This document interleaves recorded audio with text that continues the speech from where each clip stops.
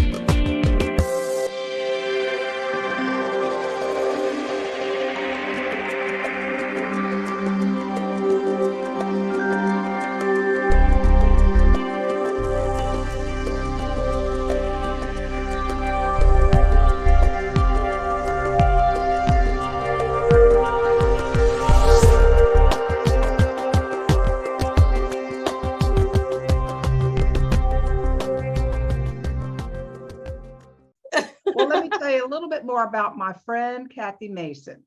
She is an Amazon best-selling author, speaker, host, show of Conscious Business Zone every Tuesday and Thursday on Facebook at 10 o'clock Mountain Time. She's an online sales specialist who works with conscious companies to help them grow. She is psychic and intuitive and can see your soul mission and help you create that vision now. Through her company, Mason Works Marketing, she lovingly supports her clients as a seasoned interactive strategy coach and implementer. With a solid background in developing products and publicity across all digital platforms, internet, TV, mobile, in-store marketing, and social networks. She's high energy, watch out, she's very high energy, cause marketing expert with over 20 years of experience at rolling out cutting-edge strategies for business building communications, implementation, training, and book or ebook publication.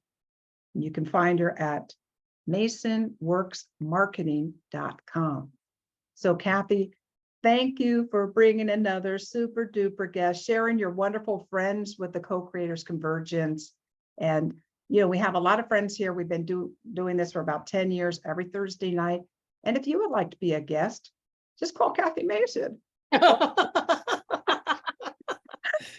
go to our website and visit us there and contact us at through the co-creators at lightpartners.org. Wow. Without any further ado, I'm looking forward to an enchanting evening. And Kathy is going to lead us now in a meditation. Thank you all for coming. Just please stay muted at the end. Kathy will, or whenever Kathy and Cynthia decide, they will bring everyone into conversation. Okay. And the chat is open. Okay. Tonight, I thought just to get us centered before we go through this magical experience with Cynthia, because I hope you'll be as inspired and altered by her art as I am. I thought I'd read a Saint Germain I Am Decree from the first book. It's the I Am Decree booklets book one. It's part of St. Germain's Press, and it is opening up the violet flame so that you can clear all of the stuff that you've had with you all day can now be released, and then you can have a clear field to receive this beautiful radiant love that Cynthia shares. So here we go. Violet flame from the central sun, violet flame from the central sun, violet flame from the central sun, in, through, and around, all under this radiation, this instant and forever descend. Descend, descend, descend. Defend, defend, defend. Command, command, command. I am, I am, I am. Control, control, control. Take hold, take hold, take hold. Unfold, unfold, unfold. Our victory, victory hold. Expand, expand, expand. Our freedom now demand. In thee we ever stand. I am, I am, I am. I am, I am, I am. I am, I am, I am. Forevermore I am, the only acting presence, which right now sweeps into the physical octave, swift as a flash, perfect as the ascended masters see it. And I demand this manifest, manifest, manifest in all our victory, victory, victory attained right now. I expect this manifest, manifest, manifest in all our victory, victory, victory attained right now. I am this manifest, manifest, manifest in all our victory, victory, victory attained right now. Almighty I am, almighty I am, almighty I am. So welcome, and some more people have joined us. Welcome, welcome. That was just a reading to get us all centered and get rid of today and clear for the activation that we will receive from this beautiful, beautiful gift that Cynthia is going to share with us. So what I'd like to do is read the little bit of bio, but this bio still isn't quite there yet in my experience.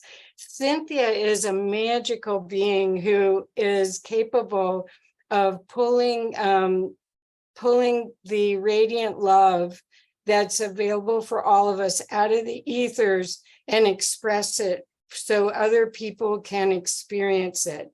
And sometimes it hits you later on. Sometimes it's palpable at the time your eyes meet the canvas. And sometimes it comes in your dreams, or sometimes it hits you later. That's all I can tell you. But Cynthia encountered a low-flying UFO at the age of 15. The memory of this event profoundly affected the direction her life would take. Cynthia began dreaming of symbols, unknown character sets, light beings, and sacred geometry, templates, and patterns. She felt compelled to share these gifts with others, turning the dream downloads into beautiful paintings and offering one-on-one and group workshops for our local community and beyond. And our local community was Boulder, Denver Lions. But now she moved back east to upstate New York. Cynthia's highly artistic career background has evolved into facilitating the memories of witnesses and principals in the forensic arena for numerous law enforcement agencies and organization as a certified forensic artist. Most of all, Cynthia's special gifts now include helping many near-death experiencers and contactees in documenting their memories. And her website is cynthiamarsh.com. So with that, I want to turn this over to Cynthia. I'm so excited for you to share this presentation with everyone. So Thank you. That was very well written. Did you write that? No. Okay, I don't know where that came from, but that was really well done. Thank you very much. And Sure. thank you to to Co-Creators Convergence for inviting me to be here tonight. I'm excited to talk to the world, I guess, Facebook world and everybody that's here. And yeah, I'm gonna talk to you about these the current work that I'm doing and where it came from. And so I guess I will start to share screen now. Does that sound good? Okay.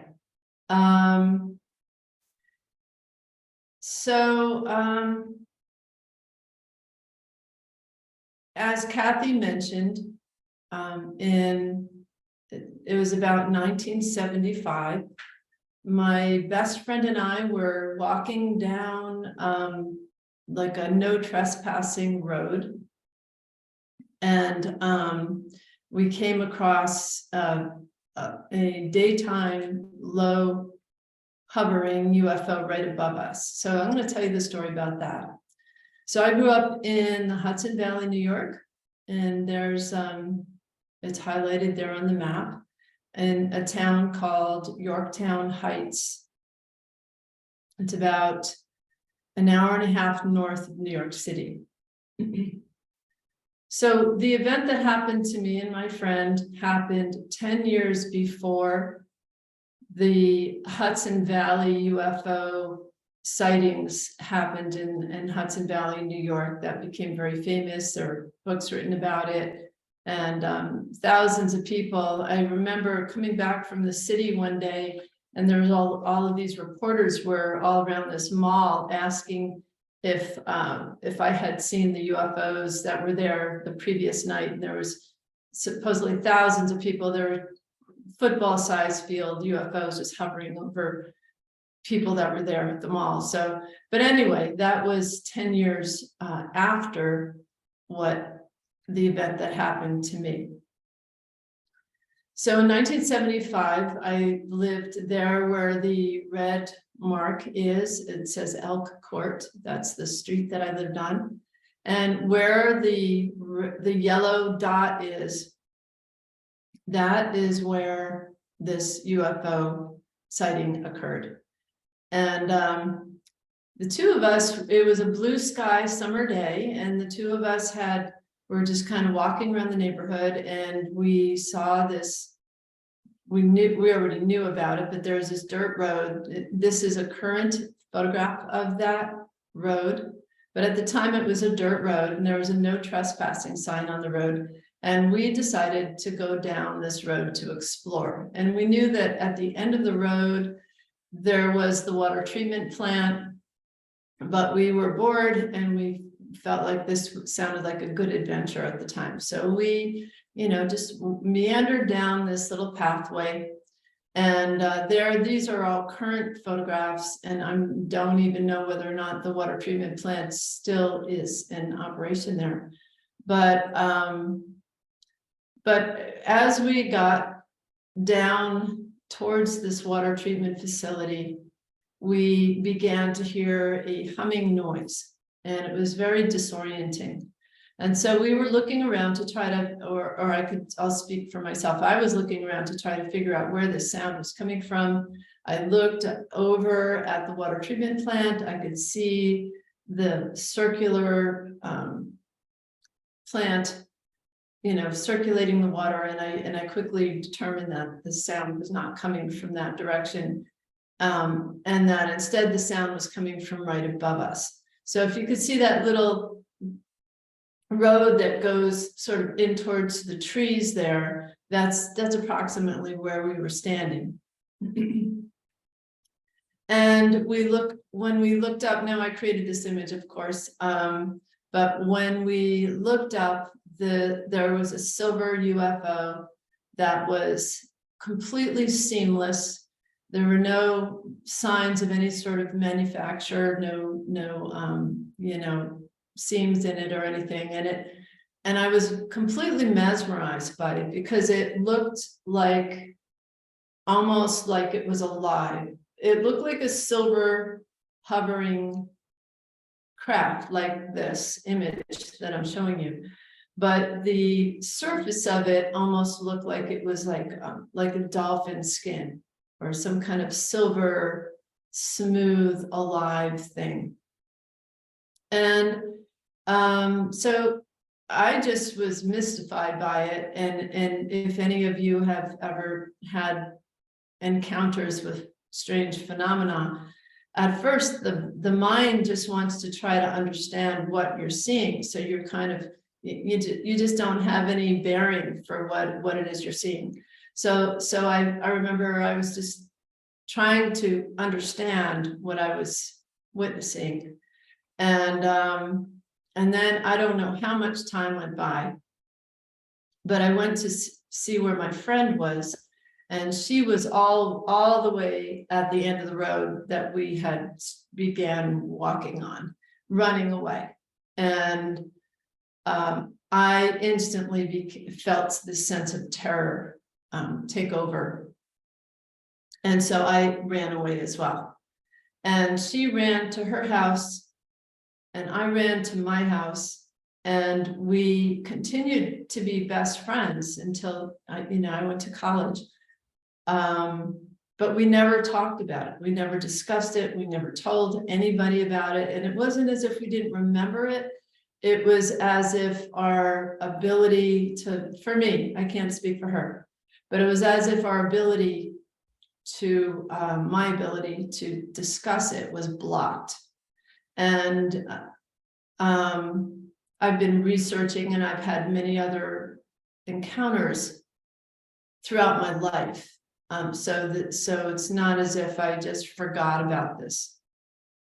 But I did feel as I was when I would research this topic, I felt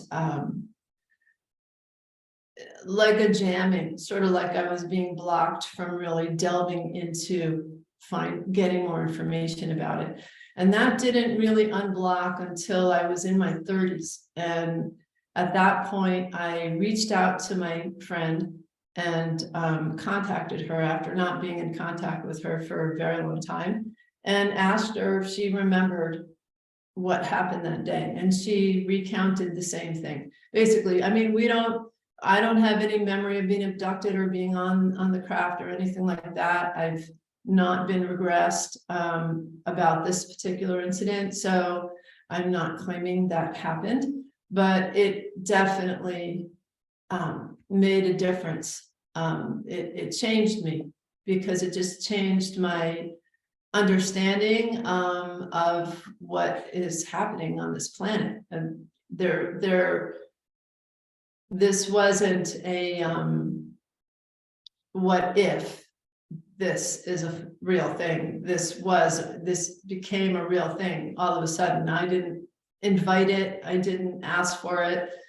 And so as a result, I feel that as a young person, I started to really think spiritually about everything, and I started to feel like I was here for a purpose, and that I was supposed to do something, and I didn't know what it was. And I remember feeling super frustrated in my teens and in my 20s, because I felt like I was supposed to do something, and I just wanted to do it already and then maybe get out of here, but so this is a list of all of the different things that I feel has that event in particular has given me these gifts. And yeah, so as Kathy mentioned, in 2012, I got a calling to use my gifts as an artist to become a forensic artist, so that I can work for law enforcement and work with victims and help to identify suspects. And so that was extremely rewarding, and I was asked to do a lot of presentations. I've done a lot of presentations for law enforcement and trainings and whatnot. But when COVID happened, because there was lockdown, that work that I was doing stopped because people were not going out, people were not, you know, having negative interactions with strangers that required me to do a forensic sketch. So just like a lot of us, I had this time and this space in my life to figure out, well, what do I want to do? What should I do? What, you know, there's this opening, there's a space right now, I'm on lockdown, and what should I do as an artist? And for many years, let's see. So let me backtrack. So in 2012, okay, that I started working for law enforcement in 2012. Also in 2012, I started to get these dreams, and the dreams came. There was no rhyme or reason, you know, there's nothing I can relate to why I got the dreams. They just started to come, and they were very vivid dreams of symbols. And the symbols, they would always start with one symbol clearly pictured in my head, and then there would be another symbol and another, and it was sort of like a slideshow. But it got to the point where the slideshow was so fast, it was like thousands of symbols. And every time these dreams began, it sort of was like, even though I was dreaming, I was in this hyper alert space as soon as the symbols began. And I felt like I knew that these were coming from the UFO interactions that I'd had throughout my life. I would always think to myself, oh, this is from them. And so these symbol dreams would come unexpectedly, off and on, for probably about 4 years. And I didn't write them down. I didn't document them at the time. They were unexpected. And so when COVID happened, I had this space of time, and I was feeling for years like these symbols are somehow important, and I somehow have to do something with them, and I should probably incorporate them in my art in some way, but I didn't know how to go about doing that. I felt like I didn't want to make them up. I didn't want to just write, you know, scribble anything. I felt like they needed to be accurate. And so it was, and I would have friends, they would go do like plant medicine journeys and come back and say to me, I don't know what this means, but they told me you have to start doing something with symbols now, you know? So it just felt like it was coming from the outside, it was coming from within me, that I really needed to show up and do something with this. So I ended up, I met somebody that lived in my town in Colorado, who I discovered was also an artist, who was also writing down and calling them downloads, and they looked similar. And he was also had, you know, drawings of UFOs and stuff. So I reached out to him, told him my story and my dilemma of not knowing, you know, not remembering exactly. And he said, Cynthia, it's all inside you, and you just have to get the left brain out of the way and just begin. And for some reason that just made perfect sense to me. And so I went home and I just sat down and I just started writing, and I just allowed my hand to write whatever without judging it. And I just started writing and writing and, you know, writing these symbols. And in doing so, in stepping back into that and having that intention to do something with them, the dreams came back. And so this time I was a little bit more prepared. So I started to document the symbols more. I would wake myself up from dreams and write down a symbol and go back to sleep again. And then the dreams ended up progressing into sacred geometry. I started getting all these strange sacred geometry configurations and the symbols, and it was many layers of what seemed like information, layer upon layer. And I would get up in the morning and just try to make an attempt to recreate. And because I was seeing these complicated sacred geometrical forms, and I didn't know how to draw them, I had to start doing that research and understanding and teaching myself, how do I draw what I'm seeing in these dreams? So I read a lot of Drumbelow's books and started to just really grab any book that I could find that would educate me. At the beginning, when I was doing these, so these drawings that I'm showing you right now, these are the beginning drawings that I did. And I didn't analyze what I was doing. I just allowed whatever. I would sit down and I would just start to draw, and I'd play around with the materials. And I felt very directed at, from the very beginning. I felt like it was almost as if an inner voice was telling me what to do.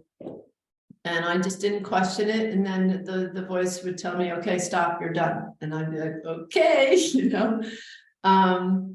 And so I'm just gonna flip through some of these.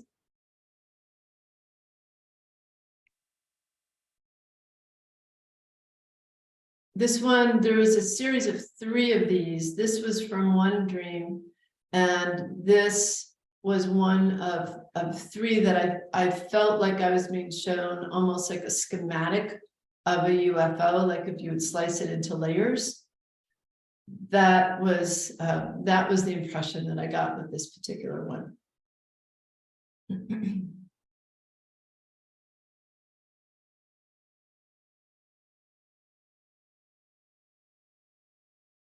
This one, I went to a Ricardo Gonzalez conference a couple of years ago in Crestone, and I decided that what I would do during the conference was, while he was speaking, I would just draw whatever came out. And the second or third day of the conference, I was really shocked because he projected on the screen a whole screen of the same symbols that I was drawing and sacred geometry, and talking about the importance of that, and all of the messages that he was getting, that we can use these images to help us shift.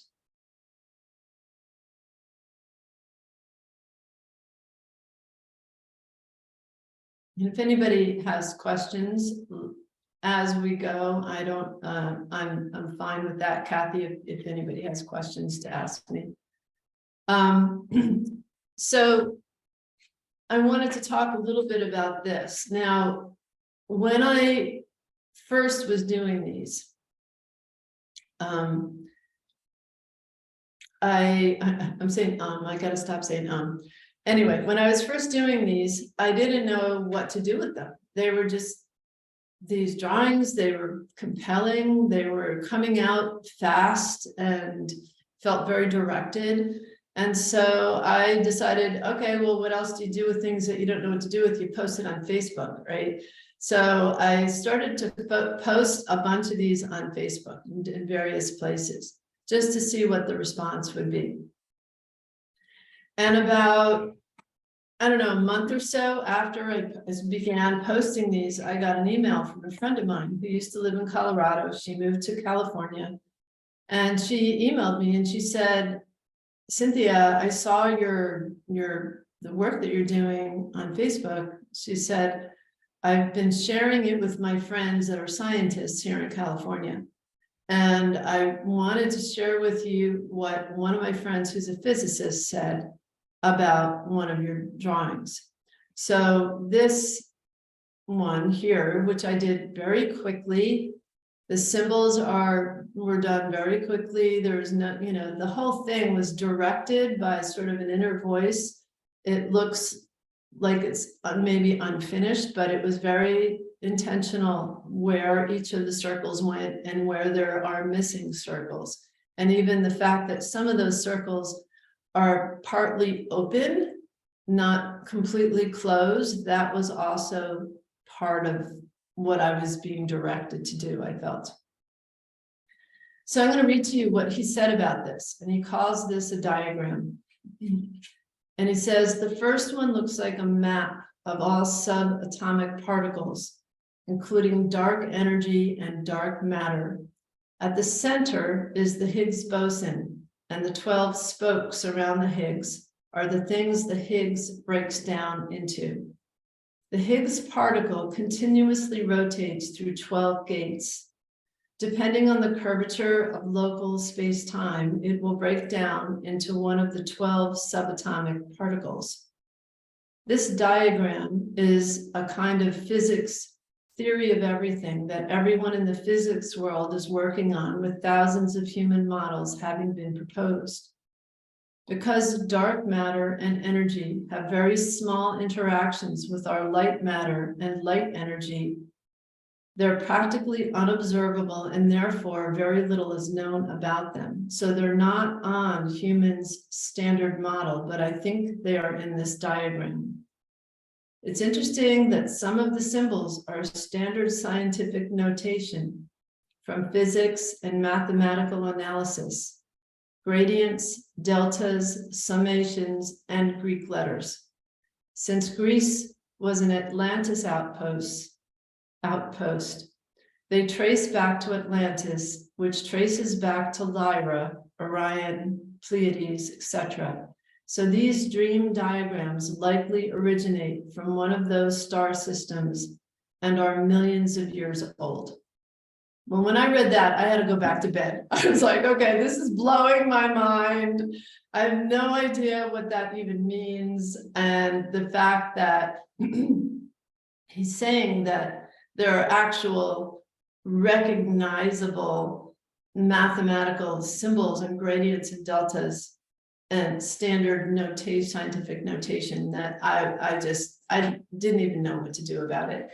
And I was like, I actually ended up calling him because I felt like I need to know whether or not he's crazy or he's real or what the deal is. And he's brilliant is what he is. He's a pretty brilliant person. And I said to him, I'm a little bit concerned about, I'm posting this stuff on Facebook, you know, if this is like all new science, then what is the implication of doing this? And he said, which really resonated with me, he said that human consciousness is gated. And so there's, which to me meant that there's sort of a protection that's put up. We're not able to comprehend and understand a technology or new science until we are evolved enough to use it in a way that would be safe. But then again, there's the atomic bomb. So anyway, so that I thought that was interesting. I wanted to share that, and I'm just going to continue on here with the evolution of these.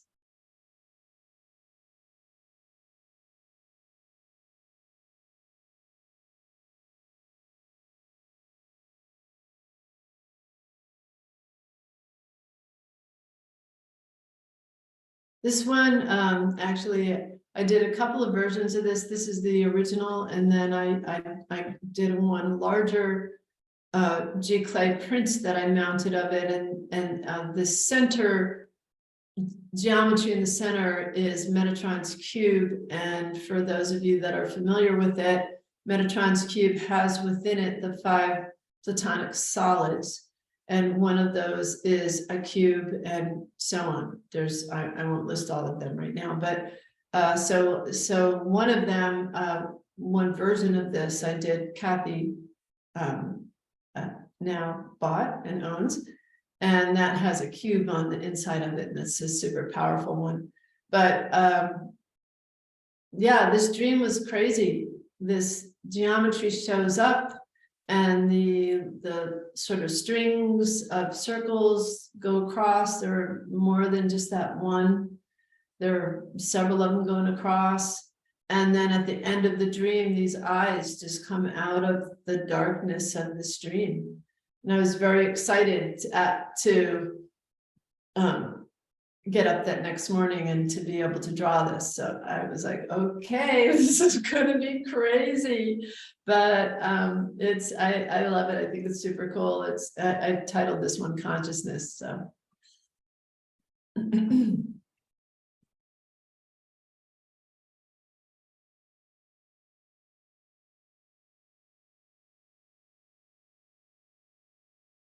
So one of the things that I started to doing, I have workshops with people, and one of the things that we started doing is just playing around with pendulums with these geometries, and just not so much for divination, not so much for asking questions, but just to experiment to see how the pendulums react to the energy of these, and to see how far up off of the surface of the table there's some sort of response from the pendulum, and 2 feet, 3 feet up, it's almost as if some of these things are, they are not just 2D, there's some 3D thing happening with them, or 4D. Anyway, in doing this, like a little lesson that I learned is I was allowing the pendulum to, or I was directing with my mind the pendulum to move in certain ways. And this particular design was something easy for me to work with. And so I would start it in the center, and I would concentrate on having the pendulum spin to the right. And then I would put my attention to the top point and get the pendulum to go, from top to bottom, from the top point to the bottom point, or to one of the other points. And felt like really good at being able to do that just with thought. The tricky part was if the pendulum is really actively spinning with a lot of momentum to the right, and then I would want it to shift and stop spinning to the right and spin to the left. It would take a lot of mental focus to get that momentum that I'm observing, and I can feel the momentum of that pendulum that's spinning to the right, and to stop that momentum and get it to spin in the opposite direction. And the reason why I'm telling you this whole story is because what came to me was that it was a teaching for me. It was a lesson, and the lesson is that our world, we're observing the momentum of a lot of negativity that the world is going into. And the only way to change the reality that we have here on this planet is not to be passive about it. We have to actually have the ability to observe what's happening, to feel the momentum, to see it spinning in this one direction. But we need to focus on the reality that we want to see, and that takes mental willpower, and it takes focus and intention. It's not a passive thing. So I just thought that was like a side thing that I just wanted to share.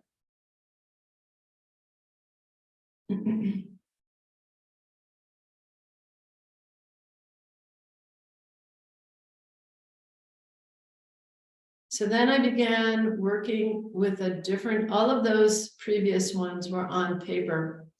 They were on black paper, and I would sometimes paint onto the black paper, but obviously draw onto the paper, and did a lot of experimentation. And my friend kept saying, when are you going to start painting? You need to start painting on canvas or paint on board. And I was still wanting to feel through. I wasn't ready to commit to canvas yet. I wanted to really get a good plan of what I wanted to do. So this is now another color paper, not canvas. I'm just still working. These are approximately 8.5 by 11. I'm still working small. They're relatively quick. And which is nice because it's these sort of channeled energies, these sort of each one has a different feeling to it. And I would know when it was done. It just felt all of a sudden, when you draw sacred geometry and all of your lines are converging, at a certain point, you can feel the energy from it. And in some cases, there'd be so much energy from it. I literally, like, you could see this one, you might look at this saying, well, how did you do that with that texture? I would literally take the drawing and go to the sink and wash the lines off because it would be too much. It would be too intense. But then it would create a super cool effect. And then I'd go back in and redraw and work it again. So these are still all on this sort of brownish colored paper with paint and pens. And then I evolved into, I had a friend whose husband was sick and sadly did not survive COVID. And I started to realize that these are really great practices to focus prayer. And so this is probably the first one that I started to really focus on every single line that I drew. I meditated first, and which all of these pretty much I do that. I meditate first, but meditated first, and then with every single line that I drew, I felt, you know, the line. I felt my heart connected to the line, and so almost, you know, I forgot the word that I was going to say, but just really embedding energy into it as a form. And a lot of healers have purchased this particular one. They use it, Reiki healers and stuff have used this to send healing energy to the people that they're working on. So I don't know how they do that, but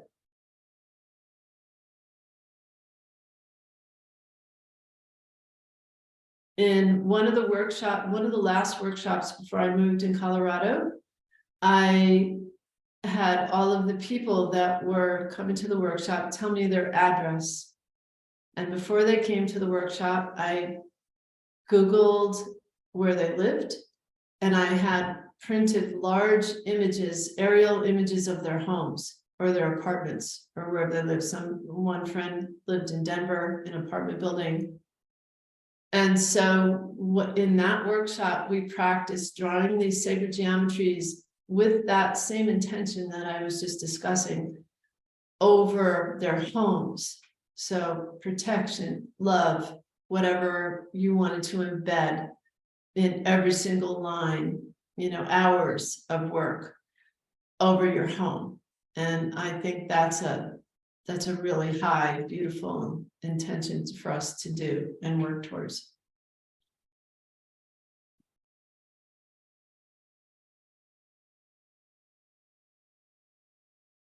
Am I going too fast, too slow? How's that? Well, you could have said time travel. You could have said something about Ricardo's. Oh, thank you. All right. Yes, I will tell that story. So at the conference, at Ricardo Gonzalez's conference, he talks about the hypercube and that meditating on the hypercube, and you guys can Google on Ricardo Gonzalez hypercube and see a video of a 4D cube. And so basically it's a cube inside of a cube, and the inside cube comes out and becomes outside the cube, and it goes around, and it's very trippy to look at. But what he was suggesting is that when you meditate upon that, and meditate as if you're inside the hypercube, that it's a time travel device. And he said that they did an experiment with about 150 people that all did this meditation using the hypercube meditation, and that they decided upon a point in time in the past where there are archaeological remains of some place. I'm sorry, I don't remember the place. I don't even know if he said the place. But anyway, it was an archaeological site that's in the history books, and they all decided to go back to that place at a certain point in time. When they went back to it, and they all collectively went back, and they all collectively had the same experience, that when they went back to this place, there was nothing there. It wasn't there. And when they came back out of this meditation, out of this time travel meditation to current time, that place was not in the history books anymore, and was discovered after they collectively did that time travel meditation together. So that is so trippy. I don't even understand it, but yeah, that's crazy.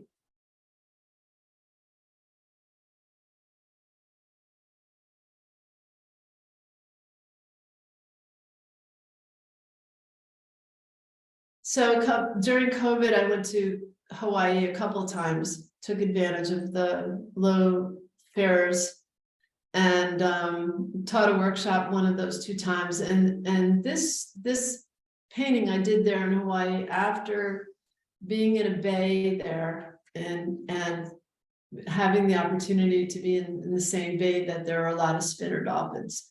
And this really represented the energy of the dolphins and the amazing aqua water and the whole crazy heart-opening experience of being there. So the Hawaii experience then, excuse me, influenced my work after that. So you can see there's a definite difference from the black and the other paintings before.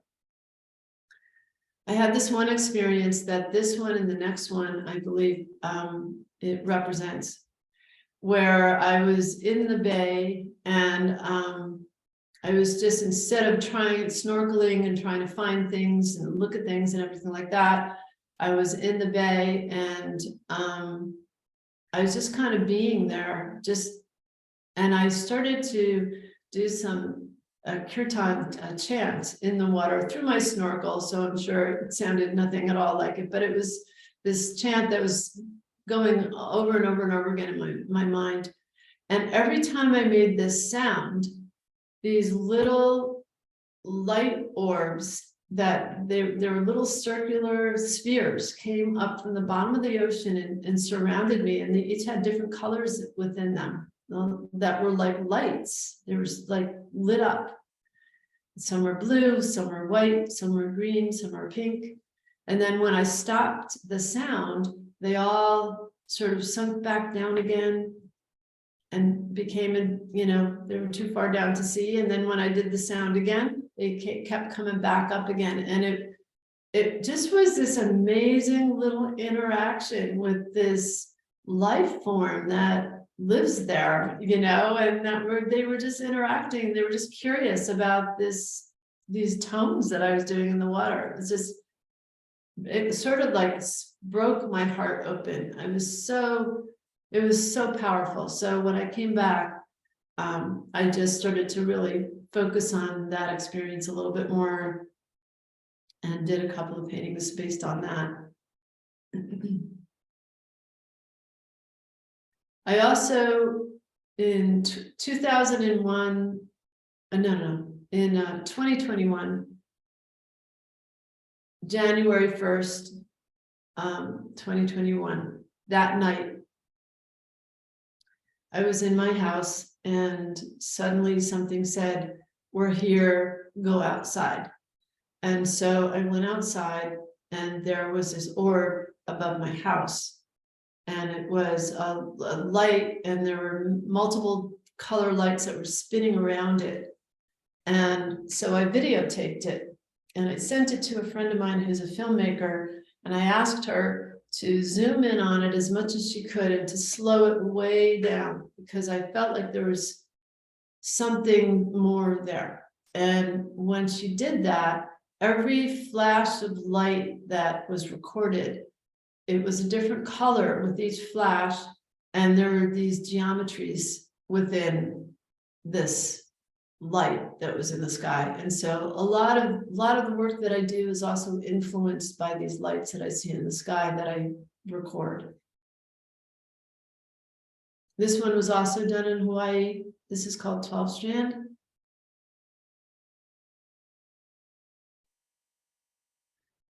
Okay, the story behind this one is called When the Ancestors Sing. And a lot of times when I begin working on one of my pieces, in the middle or the beginning, all of a sudden I'll hear the title and I just will make note of it, write it down on the back or whatever. And the geometry in the center of this one is a 64 tetrahedron, and it's a very complicated geometry to draw. And I had done another one where I didn't identify the different shapes in it. This one, the more blocked in shapes that you see there that looks silver, that's silver leaf that I put on there, and just kind of brought out different aspects of that geometry.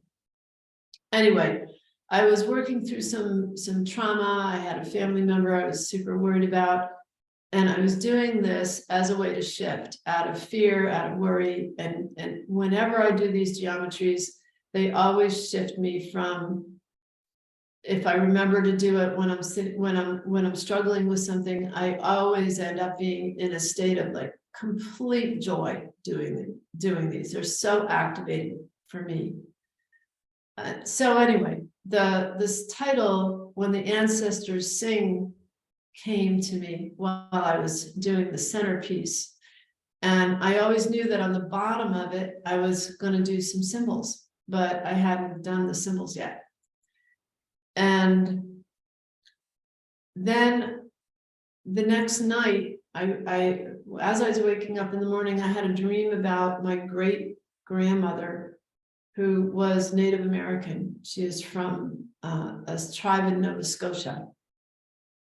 And so when I woke up that morning, I thought, I wonder if they drew hieroglyphics or any kind of interesting symbols or anything like that. So I Googled that. I Googled the tribe and to see whether or not what their writing looked like, if they had writing. And so these symbols that are on the bottom of this is their writing, and this is the Ave Maria prayer. And so I thought, oh my gosh, I'm very connected to Mary. For those of you that have come to my studio, I have Mary paintings.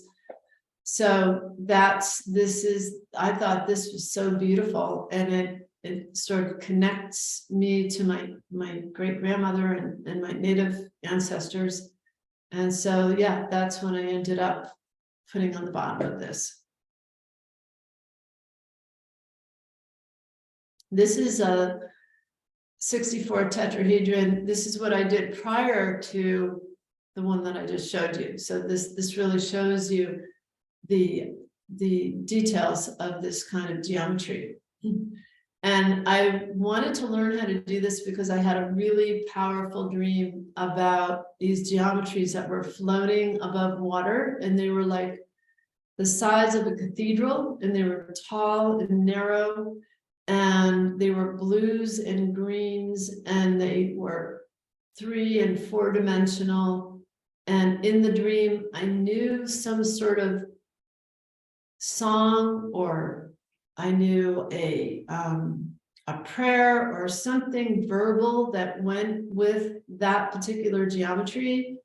And so I would say that prayer or song, and then it would disappear, and then another one would come. But they were so breathtakingly beautiful, and they were crystal. It was these crystalline cathedrals that were hovering above waters. So drawing a lot of these things that I'm trying to recreate the beauty that I've seen in some of these really powerful dreams.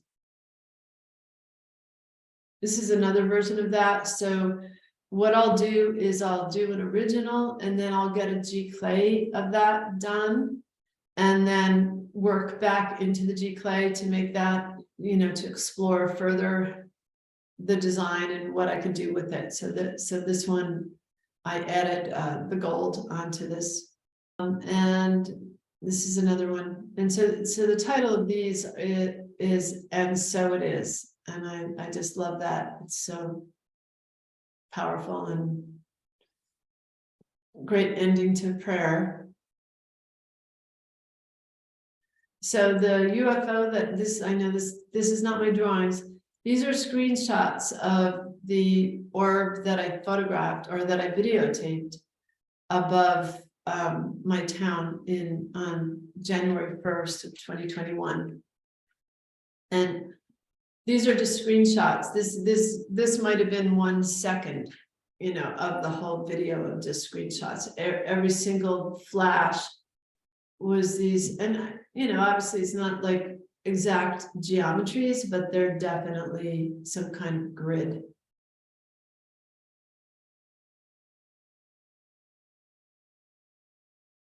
And this is a larger painting that I did on board. This is about 4 feet wide.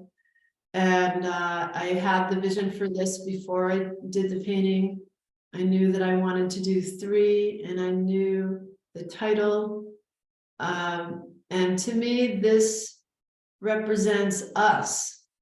It represents what we are doing here. We are coming together as a community, as a spiritual community, as people that are inspired together, whether it's doing music together, art together, meditating, it doesn't matter what it is. And we are coming together, and this higher frequency meets us and matches us. And we are together helping to shift the reality, raise the frequency. And so that's what this means to me, this particular image. This was a painting that I was commissioned to do. This is a pretty large painting as well. I think it's about 4 feet by, I'm not sure, like maybe 30 inches. This is just details of that commission.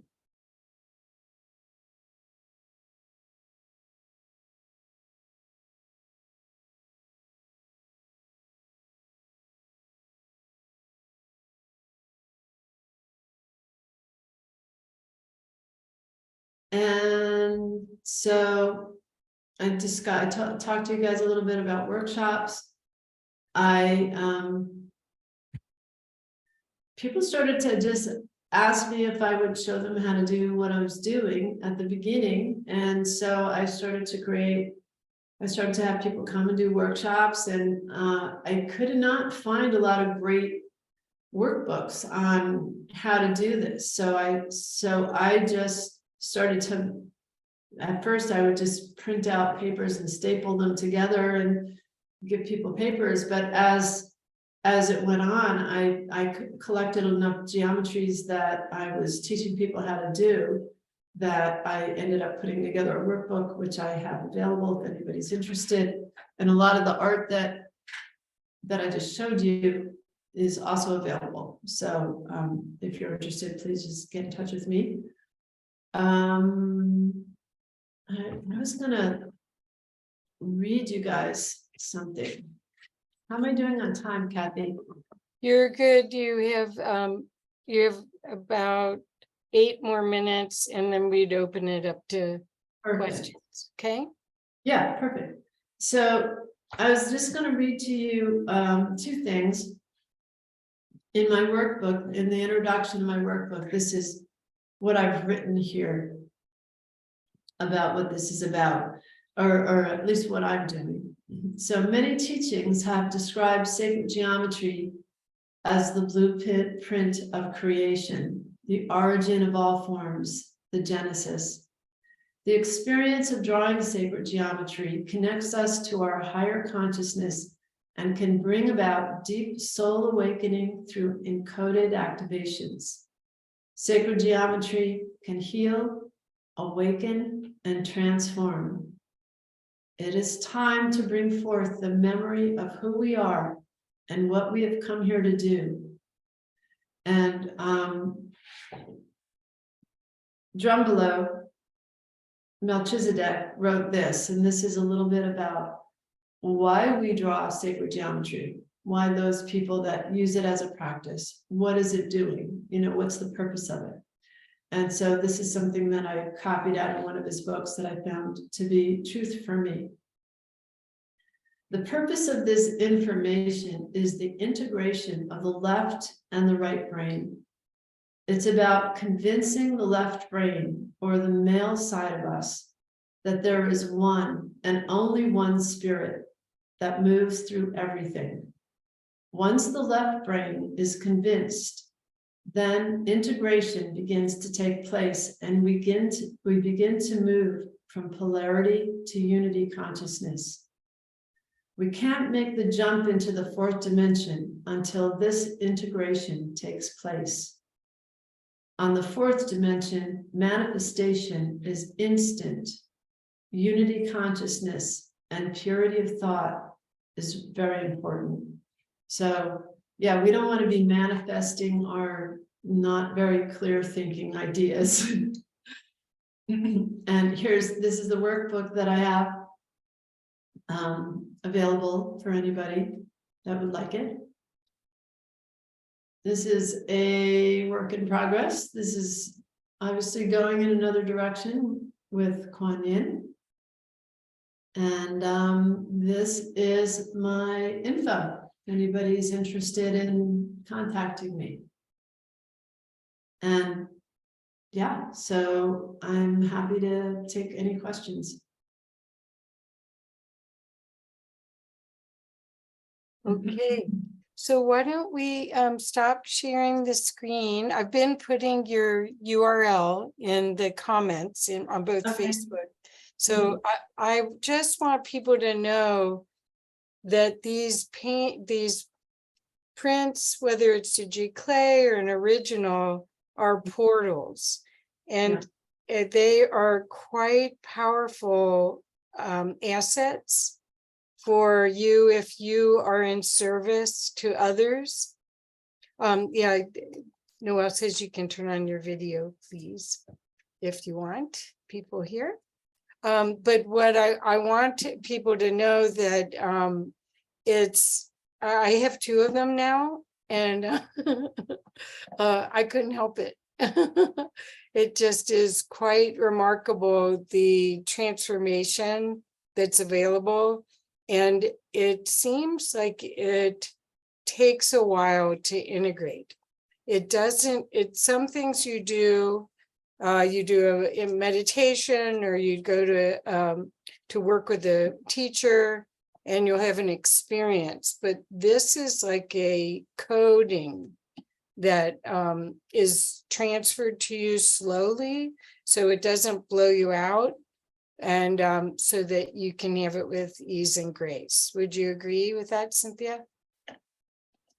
Well, I can't speak to other people's experiences, but I know I have never experienced. I've been a working artist my whole life. I've supported myself through doing art my whole life. Doing this series, I've never experienced so many people collecting my work. And I have one friend in Colorado has about 40 of the paintings in her house. And she said that everybody no, you know, like even the kids, like it's shifting the energy in their house. So it's Wow. not, it's not me, it's not coming from me, and what I wanted to talk about too is the importance of getting out of the way and just like co-creating, like be an instrument for whatever the creative process is that you're doing. And I've told people for years as an art teacher and stuff like that, and especially with these times that we're living in right now, it doesn't even matter what you create, just create, just allow that creative force to come through you, because that's what shifts. It shifts you, it shifts the people around you. Perfect, perfect. So Joe has his hand up and there are a few questions in the comments, but Joe, would you unmute? There we go. Great. Well, I have seen those paintings as well live. And there are no words to explain. It's like going out into space. You look into it like looking into a looking glass, and there's just more and more and more depth to it. And some of them are just so powerful. And I want to just add that she's also a drummer, and quite a good drummer, and that same resonating that happens in her paintings happens on the drum as well. And that I'm just honored to be able to share these experiences with her. And it's just, I miss you. You know, I wish you wouldn't have left.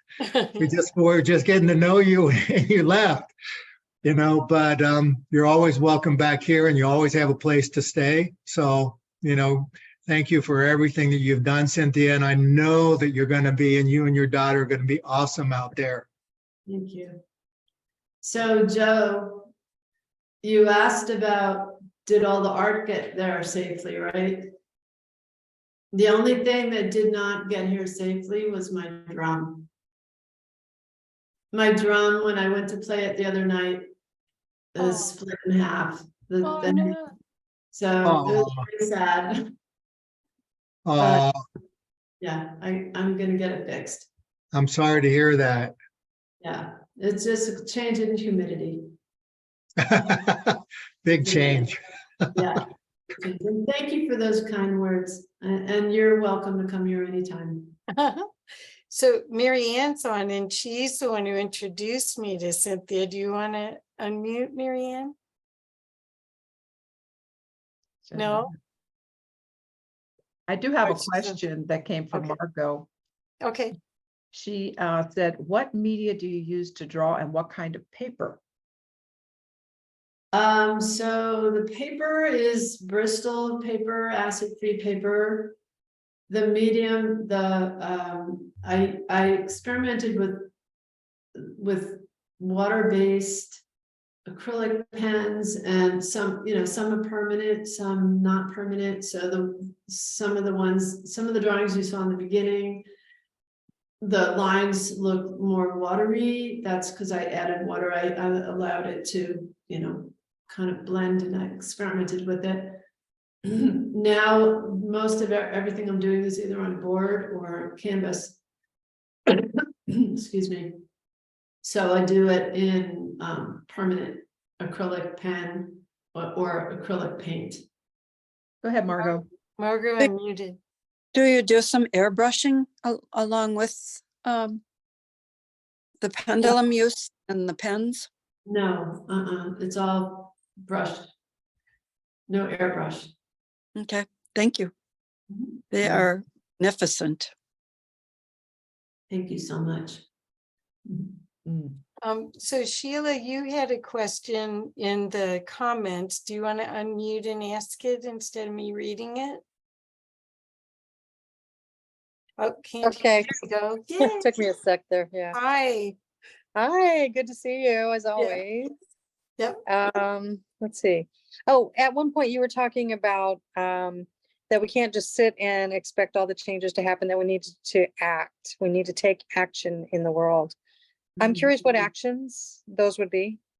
Well, not so much action, it's Effort, maybe? mental. Okay. So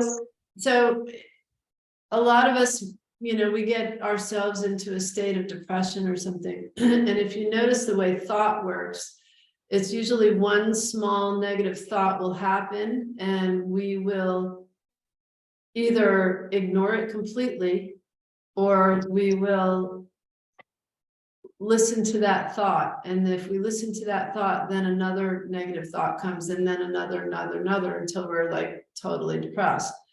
So it's really about using our minds and our willpower to envision, and it takes effort. It's not just like saying, oh, please God, make it a better world. It's actually visualizing what we want it to be, using our minds to create that. If we just observe, if we watch the news and we observe the polarization and we realize and we think that we're on one side and the other side is the wrong side and we're on the right side, well, we're not on the right side at all. Because there's no sides. It's just manipulation. So does that make sense to you? Does that answer your question? Yes, it does. Thanks. I'm a little bit interested in how to decrease the polarization. Stop watching TV for one thing. I don't. Yeah. Yeah. Yeah. So, and Bill has his hand up. So Bill, can you unmute? Great. I Thank you. just did. I was very curious. Hi, thank you for this. I'm really moved. Oh, I wow. was curious about the motion of the pendulum.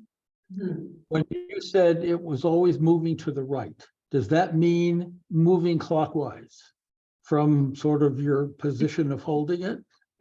Yes. Okay, now it was always moving that way and you tried to reverse that and get it to move the other way. Right. Okay, and you said that was very, very difficult. I would say that it took effort because it's just doing it with your mind. So it takes breaking the momentum with your mind to get it to go in the other direction. Did you feel that the pendulum was in the direction it was moving, that it was projecting a given kind of energy or message, and therefore the reversing was trying to contradict that? What was your own sense as it moved? Because my natural movement of the pendulum is the other way, and it's very, very strong.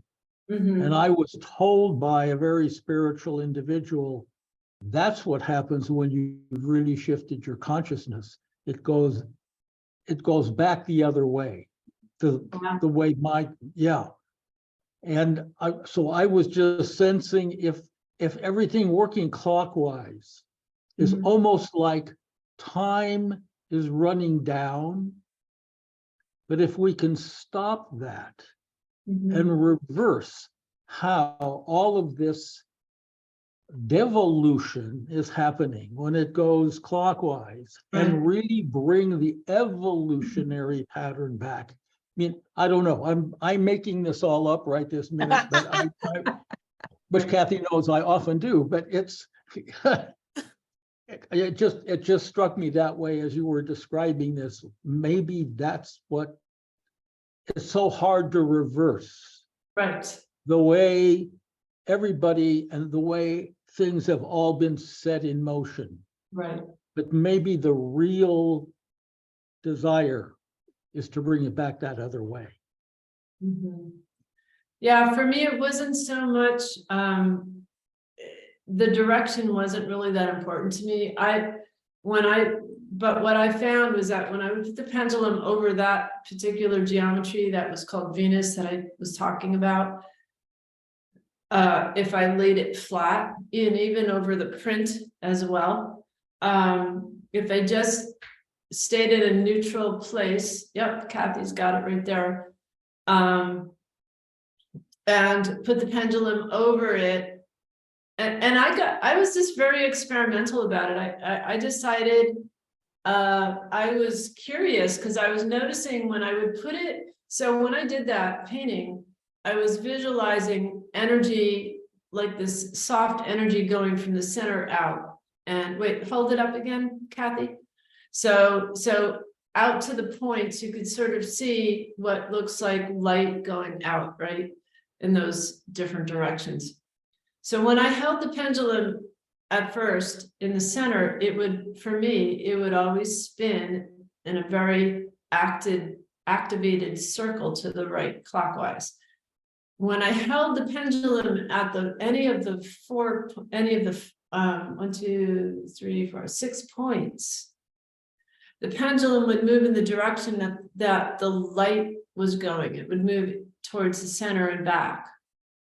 So I thought, well, maybe that's just because I did this painting and I know that was my intention with it.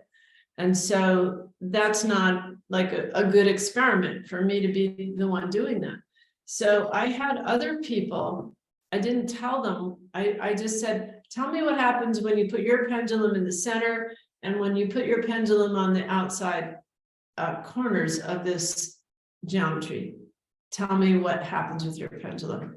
And they all got the same result, which I don't even know what that means. I don't even know what that means. They moved linearly from the point back toward the center rather than circularly. Is that Yes. what you're saying? Okay. Yeah. It only went circularly in the center. And then as you went out to the outside edges, it was going to in whatever direction I painted the light in. Wow. And then I had some people come over and I was showing this to them and they were very excited about it. And then he went home and showed his son. So he was using the pendulum, he was using his mind to move the pendulum in different directions, the same way that I was showing him. And then he had his son put his hand on his shoulder and my friend Ian, he just stayed in a neutral state, held the pendulum still, and his son thought which direction he wanted the pendulum to go into, and the pendulum moved that way, the way the son, who had his hand on his dad's back, was thinking. And so it just blew, it's like these young, I don't know how old his son was, maybe he's like an adolescent or something. It's just like blowing open your sense of reality. Like, what does this mean? And to me, what it means is that we don't realize how powerful our minds are and how powerful we are in creating what we create and what we can create and who we are. And so this is just, if you have a pendulum, I know that we're always taught be neutral and just ask a question and use it for divination purposes, but experiment with getting it to move in whatever direction you want it to move in, because it's super responsive. It can be. And I just find it really fascinating. Thank you very much. Thank you. So Noelle, did you have a question or two? Well, I just want to comment on that. It kind of reminds me of the breakthrough studies that they've done in consciousness, whether they see a line or a dot, depending on the observer effect. That I don't know what that is. What is that? They send a beam of light through some slots, and depending on what the observer sees, it's not always a line. It can be a dot, and so and that shows that there's the observer effect. Well, I think what you're seeing is the observer effect in another dimension, another modality. Through somatoto, through the body. That it just shows how connected we are and how powerful our minds are. Yes. And this has been just beautiful art. And we did have another question about whether some sound is connected to the visual. have any, the sound affect any of your art that you do? Or what, or your meditation that you do before you do your art? Yeah, I very often listen to music when I'm working on my art. I listen to, various like kirtan or different things that I find inspiring and heart opening. And there are, it's crazy. There are moments when, like that design that I did called Prayer. I don't know if you guys remember it. That was like one of my favorites. I was just like popped out at me. I wanted to grab it. Well, when I was working on that, and I just keep on working it and painting it and, doing whatever I do until finally it's almost as if it feels like they get turned on. It feels like they're activated somehow. And then I just stop. And usually at that point, and especially too, if I'm listening to music that's super beautiful and all of a sudden they are activated, it's such a sense of so much joy. Like, I just can't even believe that I get to do this, like I Wow. can't, it's so profound and it's like ecstatic joy. It's the amazing. And it doesn't happen all the time, but every now and then it's like, for that one moment then. And that's, I think, what translate, then people resonate with it when they see it, they can feel that. Mm. Well, I do have one other question. Thank you for that. When you talked that you said you started having memories of the UFO encounter, like when you were 30, and that since then you did contact your friend. Did she blossom any artistic or other kinds of talents based on that experience? Or did she have any, I was just curious what that discussion was. Right, so I didn't only, I had remembered the event all along. It's not that I only remembered it, but yes, I reached out to her then. And I've even spoken to her recently before I've started to really speak publicly about this event. And no, it didn't have the same impact on her as it had on me. For me, it really marked my life. It wasn't really trauma, other than the fact that for so many years, we lived through a time when you couldn't speak about that publicly or to anybody. You'd be ridiculed. And it's confusing because you've had these experiences, they've been very powerful experiences, and they keep happening to you, and they're real. And I've had many other UFO experiences with many other people, other witnesses, so it's not just by myself. So yeah, I mean, it makes you kind of the odd man out. It's hard to just go along with the party sometimes when you have this knowledge playing in your subconscious all the time that reality is not exactly what we think it is. Absolutely. Well, I want to say that one on the ancestors, where you showed us the enlargement of the script down below. Yeah, it's right behind her. Yeah, it's right behind me. Yeah, so gorgeous, those symbols. It kind of reminded me, we have a peace pole, and one of the languages we have on it is Cherokee, because that's the area that we live in. It reminded me so much of the curvature and the lines and everything. It was very, very beautiful. Yeah, very beautiful. I agree. Yeah. So I just, the whole thing has been fascinating. And the good news, folks, is that this is being recorded, so you can go back and study these and get inspired again, that you can go back and review these. And I think we're about out of time, but Kathy, do you want to?